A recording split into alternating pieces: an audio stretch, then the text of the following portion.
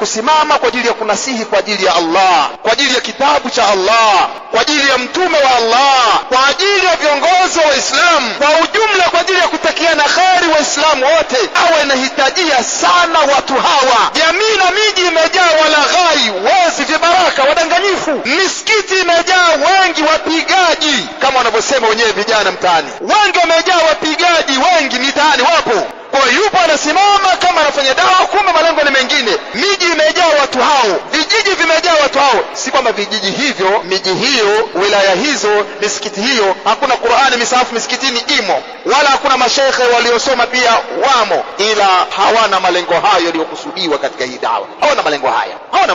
Kwa hiyo usipokuwa makini ukakutana na watu sampuli hizo, basi usistaajabu kwa nini hao wamekuwa hivyo, wale wamekuwa vile, kama vile wewe unavyohangaika na kutangatanga. Kwa lazima tunasihiane, lazima tuzinduane na dawa hii. Ukiweka akili yako kwa kutazama watu, basi hauwezi kuwa na salama mbele Allah subhanahu wa ta'ala, hauwezi kuwa na salama. i'rif al-haqqa ta'rifu aqlam. Al-Sheikh Al-Albani rahimahullah ta'ala akiyakariri sana haya maneno, ijue haki kwanza ndio utawajua watu wa haki. Akiulizwa ni kina nani wako kwenye haki, uweze ukaambiwa ni kina nani wako kwenye haki, wa nini, wanakuhusu nini. Wote unaowajua, usiowajua, nusu yao, robo yao, wakubwa wadogo, la hilo halina msaada kwako. Alikuwa akiwaambia watu, wewe ijue haki ndio watawajua ulionao pamoja kwenye haki. Basi ukishaijua haki ndio hii ukaisimamia, basi unayemtazama yuko pamoja na wewe, ndio mko kwenye haki. Kwa sababu haki itazamwi kwa kutazama ni nani yuko kwenye haki hiyo, haitazamwi namna hiyo haki abadan, haitazamwi namna hiyo. Walikuwa Makureish wakijidai kwa sababu wao ni shurafa, ni mabwana wakubwa, na Mtume sallallahu alaihi wa alihi wasallam wakimwona yeye ni mnyonge,